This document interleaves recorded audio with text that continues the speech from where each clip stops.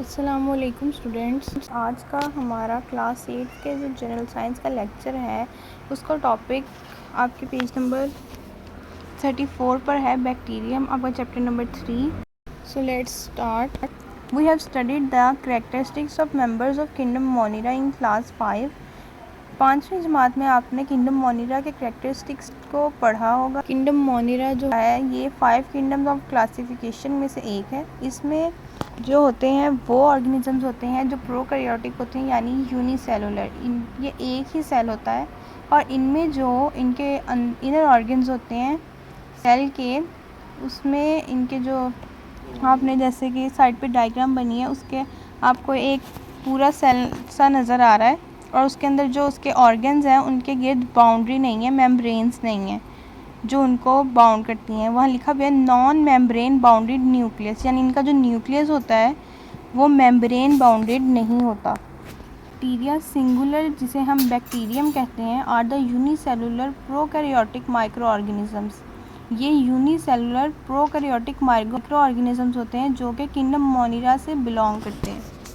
ठीक है। They possess cell wall and non membrane bounded nucleus. इनके पास जो होती है वो एक सेल वॉल होती है और इनके अंदर नॉन मेम्ब्रेन बाउंडेड न्यूक्लियस होता है, यानी इनका न्यूक्लियस जो होता है वो किसी मेम्ब्रेन के अंदर नहीं होता, ओपन न्यूक्लियस होता है। There are 4 types of bacteria on the basis of their shapes. Bacteria की शेप्स की बेस पर इनकी 4 किस्में होती हैं। राउंड शेप, यानी जो राउंड होते हैं बिल्कुल, रॉड लाइक, डंडे के जैसे थोड़े लंबे, स्पाइरल, गोल गोल जैसे स्प्रिंग होता है उसके जैसे, और कॉमा शेप्ड, एक कॉमे के जैसे। They are beneficial as well as disease causing to various other organisms including human beings. ये जो होते हैं बैक्टीरिया, ये इंसानों समेत बाकी जानदारों के लिए डिजीज़ कॉजिंग भी होते हैं और फ़ायदेमंद भी होते हैं, यानी इनसे बीमारियां भी फैलती हैं लेकिन ये फ़ायदेमंद भी होते हैं। The study of bacteria is called as bacteriology. Bacteria की स्टडी को हम बैक्टीरियोलॉजी कहते हैं, यानी जो लोग बैक्टीरिया के बारे में स्टडी करते हैं, इन पर रिसर्च करते हैं, उनको हम बैक्टीरियोलॉजिस्ट कहते हैं। Okay, so now start our second topic 3.5 Gene Introduction into a Bacterium. Start in bacteria as they are prokaryotes. Bacteria में चूँकि वो प्रोकैरियोट्स होते हैं यानी यूनिसेलुलर होते हैं और have dispersed chromosomal material which spread all over the cytoplasm.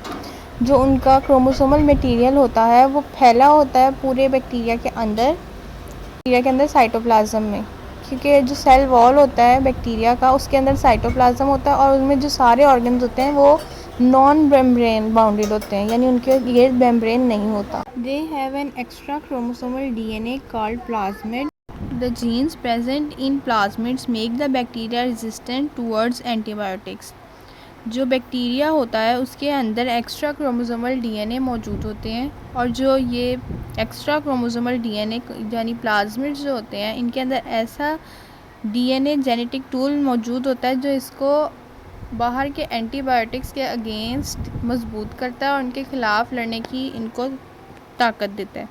The bacteria are used as a genetic tool as they can easily incorporate and process the foreign genetic material inside their cell body.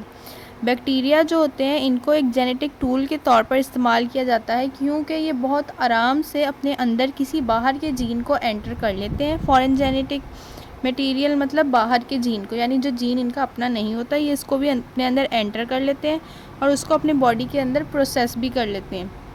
The foreign genetic material, यानी जो बाहर का genetic material होता है, DNA और genes, once added into host bacteria, एक बार जब बैक्टीरिया में दाखिल हो जाता है होस्ट बैक्टीरिया में, make it a genetically modified organisms, इसको एक जेनेटिकली मॉडिफाइड ऑर्गेनिजम्स जीएमओ बना देता है। और the foreign genetic material is introduce into bacteria through the process of transformation. जो फॉरेन जेनेटिक मटेरियल होता है, बाहर का जीन जो होता है, जिस प्रोसेस के थ्रू उसको बैक्टीरिया में हम इंट्रोड्यूस करवाते हैं उस प्रोसेस को ट्रांसफॉर्मेशन कहते हैं। First, the foreign genetic material is selected which possesses the desired gene in donor organisms. सबसे पहले जो होता है वो फॉरेन जेनेटिक मटेरियल सिलेक्ट किया जाता है, ऐसा फॉरेन जेनेटिक मटेरियल जो वो जीन रखता हो जिसको हम डोनर ऑर्गेनिज्म में इंसर्ट करवाना चाह रहे हैं, जिसको हम उसमें एंटर करवाना चाह रहे हैं। It is called then gene of interest. इसको फिर हम जीन ऑफ इंटरेस्ट कहते हैं। The gene of interest is then isolated from that organism. Gene of interest को फिर हम उस ऑर्गेनिज्म में से आइसोलेट कर लेते हैं। It is carried out through special cutting enzyme called restriction enzymes. इसको हम बाहर निकालने के लिए स्पेशल एंजाइम्स का इस्तेमाल करते हैं, जिसको हम कहते हैं restriction enzyme. Isolated gene is unable to divide itself. ये आइसोलेटेड जीन जो होता है ये इस काबिल नहीं होता कि अपने आप को डिवाइड कर सके। The isolated gene is attached to a plasmid of bacterium that act as vector with the help of ligase enzyme. इसको हम ये खुद को डिवाइड करने के काबिल नहीं होता, इसीलिए हम इसको बैक्टीरिया के एक प्लाज्मिड के साथ अटैच कर देते हैं एक लाइगेज एंजाइम की मदद से। कट करने के लिए हमने जिस एंजाइम को यूज़ किया है वो है रिस्ट्रिक्शन एंजाइम, और जोड़ने के लिए जिस एंजाइम को यूज़ किया है वो है लाइगेज एंजाइम। ठीक है। The newly formed structure is called recombinant plasmid. जो अब नया स्ट्रक्चर बनता है कट करके उसको हमने जब नए बैक्टीरिया के प्लाज्मिड में जोड़ दिया तो उसको अब जो नया प्लाज्मिड बना है उसको हम कहते हैं recombinant plasmid. It is then introduce into the host bacterium cell. फिर हम इसको उस बैक्टीरियम सेल के अंदर डाल देते हैं जिसमें से हमने प्लाज्मिड निकाला होता है। The recombinant plasmid can divide through binary fusion inside bacterium cell. जो अब प्लाज्मिड है रिकम्बिनेंट प्लाज्मिड वो सेल के अंदर बाइनरी फ्यूजन के थ्रू डिवाइड कर सकता है। अभी हमने थोड़ी देर पहले पढ़ा है पिछले पेज पे कि जो जीन ऑफ इंसर्ट था वो डिवाइड नहीं कर सकता था, लेकिन अब जब हमने उसको जोड़ दिया लाइगेज एंजाइम के थ्रू प्लाज्मिड के साथ तो वो अब डिवाइड हो सकता है। Okay, understand? This is how recombinant genes are introduce inside bacterium. इस तरह से रिकम्बिनेंट जो जीन होते हैं उनको बैक्टीरियम के अंदर इंट्रोड्यूस कराया जाता है। Now our next topic is on page number 36 biotechnological products use in daily life. तो अब हमारा जो अगला टॉपिक है वो है बायोटेक्नोलॉजिकल प्रोडक्ट्स, यानी जो प्रोडक्ट्स बायोटेक्नोलॉजी की टेक्निक्स के थ्रू बनती हैं उनको हम डेली लाइफ में कैसे यूज़ करते हैं और वो कैसे यूज़ होती हैं हमारी डेली लाइफ में। All the biotechnological products can be categorized on the basis of their services in different fields of life. Their services are in the field of baking and brewing industry, food industry, medicines, and chemical industry. Following is the list of most commonly used biotechnological products in daily life. हम biotechnological products को categorise कर सकते हैं उन services की basic पर जो वो हमें प्रोवाइड करती हैं, यानी हमारी लाइफ के किस फील्ड में वो इस्तेमाल होती हैं हम उसके मुताबिक उसे डिवाइड कर देते हैं। देयर सर्विसेज कह रहे हैं कि फील्ड बेकिंग एंड ब्रीविंग, यानी हमारे किचन में भी वो यूज़ होती हैं, फूड इंडस्ट्री, मेडिसन्स और केमिकल इंडस्ट्री, हर जगह वो इस्तेमाल हो रही हैं।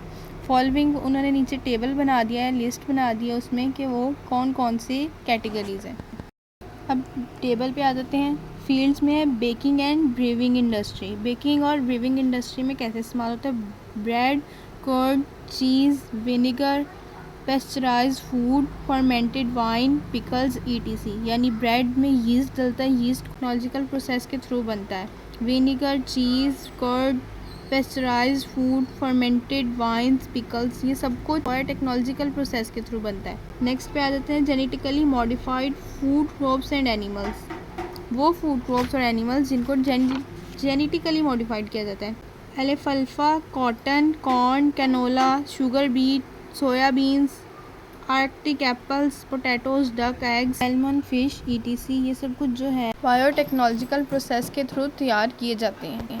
नेक्स्ट है pharmaceutical industry, vaccine for polio disease, for mumps and measles, etc, antibiotics, penicillin, hormones, insulin, biotherapeutic products, growth promoting products, etc. Next है chemical industry, acetone, butanol, biosteel, biogas, biohydrogen, etc. ये सब जो है biotechnological process के through तैयार होती हैं। All the most widely used biotechnological products are vaccines and insulins. Next हमारा टॉपिक है insulin. Insulin is a special type of hormone that is naturally produced in the pancreas. Insulin एक hormone है जो कि हमारे पैंक्रियाज में naturally produce होता है। तो it allows a person's body to utilize the sugar, ये हमारी बॉडी को अलाउ करता है कि हम चीनी खाएं और वो चीनी हमें हज़म हो जाए और हमारी बॉडी उसे यूज़ कर ले, जिसको हम ग्लूकोज भी कहते हैं, from carbohydrates present in the food, जो हम खाना खाते हैं उसमें से। Insulin allows help to keep the sugar level in balance with blood, ये शुगर लेवल को जो है बैलेंस रखता है। The unbalance condition occur when the body produce too high concentration और too low concentration of insulin in blood, जब unbalance हो जाती है कंडीशन, जब हमारी बॉडी में पैंक्रियाज जो होता है वो नॉर्मल अमाउंट में इंसुलिन नहीं बना रहा होता, यानी कभी वो ज़्यादा बना देता है, कभी कम बना देता है, जिसकी वजह से हो जाता है कभी ब्लड में शुगर ज़्यादा हो जाती है, कभी कम हो जाती है। सो in the latter case, insulin is provided externally to the body, which is extracted from bacteria. कुछ तरीक़ों में इंसुलिन जो होती है वो एक्सटर्नली बॉडी में इंजेक्ट की जाती है, इंजेक्शंस के थ्रू, मेडिसिन्स के थ्रू, जो कि बैक्टीरिया से ली जाती है। Scientist insert the human insulin gene in bacterial genome that modifies the bacteria genetic. Scientist जो होते हैं वो ह्यूमन इंसुलिन के जीन को बैक्टीरियल जीनोम में एंटर कर देते हैं, जिससे बैक्टीरिया मॉडिफाई हो जाता है और वो जीएमओ बन जाता है। जो these modified bacteria prepare insulin which is then extracted from their colonies. जो ये मॉडिफाइड बैक्टीरिया होते हैं ये इंसुलिन बनाते हैं और फिर इनकी कॉलोनीज़ जो होती हैं जिनमें बहुत सारे बैक्टीरिया होते हैं उनसे ये इंसुलिन एक्सट्रैक्ट की जाती है, ली जाती है और फिर इससे दवाई बनती है। नेक्स्ट हमारा टॉपिक है vaccines. Vaccine is a biotechnological product that is responsible for activating the immunity against the specific disease. एक वैक्सीन जो है ये एक बायोटेक्नोलॉजिकल प्रोडक्ट है, इस चीज़ के लिए रिस्पॉन्सिबल होती है कि जो हमारा इम्यून सिस्टम है वो किसी डिज़ीज़ के लिए पहले से तैयार हो जाए। और vaccine carries weekend microbes, microbes होते हैं डिजीज़ कॉजिंग बैक्टीरिया। एक वैक्सीन जो होती है इसमें कमज़ोर माइक्रोब्स होते हैं, यानी डिजीज़ कॉजिंग बैक्टीरिया होते हैं मगर वो कमज़ोर हालत में होते हैं। These toxin or their constituent protein which are called agents. The agents encourage the immune system of a body to identify a pathogen as a threat. ये जो एजेंट्स होते हैं उनके टॉक्सिन यानी उनका जहर, उन डिज़ीज़ कॉजिंग माइक्रोब्स का जो कि कमज़ोर होते हैं, उनका जो जहर होता है वो हमारे इम्यून सिस्टम को ये एहसास दिलाता है कि कोई बीमारी जो कि ख़तरनाक है बॉडी में दाखिल हो चुकी है, जिसके लिए उसने डिफेंस तैयार करना है। When the threat is identified, जब हमारा इम्यून सिस्टम इसको आइडेंटिफाई कर लेता है, body develops antibodies against it, तो वो खुद ही इसके अगेंस्ट एंटीबॉडीज़ तैयार कर लेता है, यानी दवाई बना लेता है, विच रिसाइड इन द बॉडी, जो कि बॉडी के अंदर ही रहती है। और चूँकि वैक्सीन के साथ जो बैक्टीरिया होते हैं वो कमज़ोर होते हैं, वो उन एंटीबॉडीज़ से फ़ौरन मर जाते हैं, लेकिन वो एंटीबॉडीज़ बॉडी के अंदर मौजूद ही रहती हैं। When a real pathogen enters, जब कोई असल में बीमारी के जरासीम बॉडी में दाखिल होते हैं, these antibodies kill it at once, ये जो एंटीबॉडीज़ होती हैं वो इसे एक ही दफ़ा में ख़त्म कर देती हैं। And protect the body from it hazards, और बॉडी को, जिस्म को उसके ख़तरों से बचा लेती हैं। Scientist identify a genes in bacteria that make such protein that do not cause disease but can stimulate blood cells to make antibodies against that disease. Scientists identify genes in bacteria that make such proteins that do not cause diseases but can stimulate blood cells to make antibodies against that disease. Scientist ने एक bacterias में ऐसे jeans को identify किया है, ढूंढा है कि वो ऐसी प्रोटीन बनाते हैं कि जो वो प्रोटीन है वो डिज़ीज़ कॉज नहीं करती, लेकिन ब्लड सेल्स को इस बात के लिए आमादा करती है कि वो और एंटीबॉडीज़ बनाएं बीमारी के ख़िलाफ़, यानी दवाई। Such genes are inserted into some other bacteria, इस तरह के जीन्स को दूसरे बैक्टीरिया में डाला जाता है। The genetically modified bacteria prepare the pathogen protein which is then extracted and is used as vaccine. इस तरह के जेनेटिकली मॉडिफाइड जो बैक्टीरिया होते हैं ये पैथोजन प्रोटीन बनाते हैं, उसे एक्सट्रैक्ट कर लिया जाता है और वो वैक्सीन होती है, उसे वैक्सीनेशन के तौर पर इस्तेमाल किया जाता है। Vaccination is the best effective way of preventing infectious disease such as influenza and chicken pox. Vaccination जो है ये बेस्ट इफ़ेक्टिव वे है इन्फेक्शियस डिजीज़ को रोकने के लिए, तो जैसे कि इन्फ्लुएंजा और चिकन पॉक्स। आज का हमारा लेक्चर यहाँ ख़त्म होता है। बाकी टॉपिक्स मैं अपने नेक्स्ट लेक्चर में एक्सप्लेन करूँगी। तब तक के लिए खुदा हाफिज़।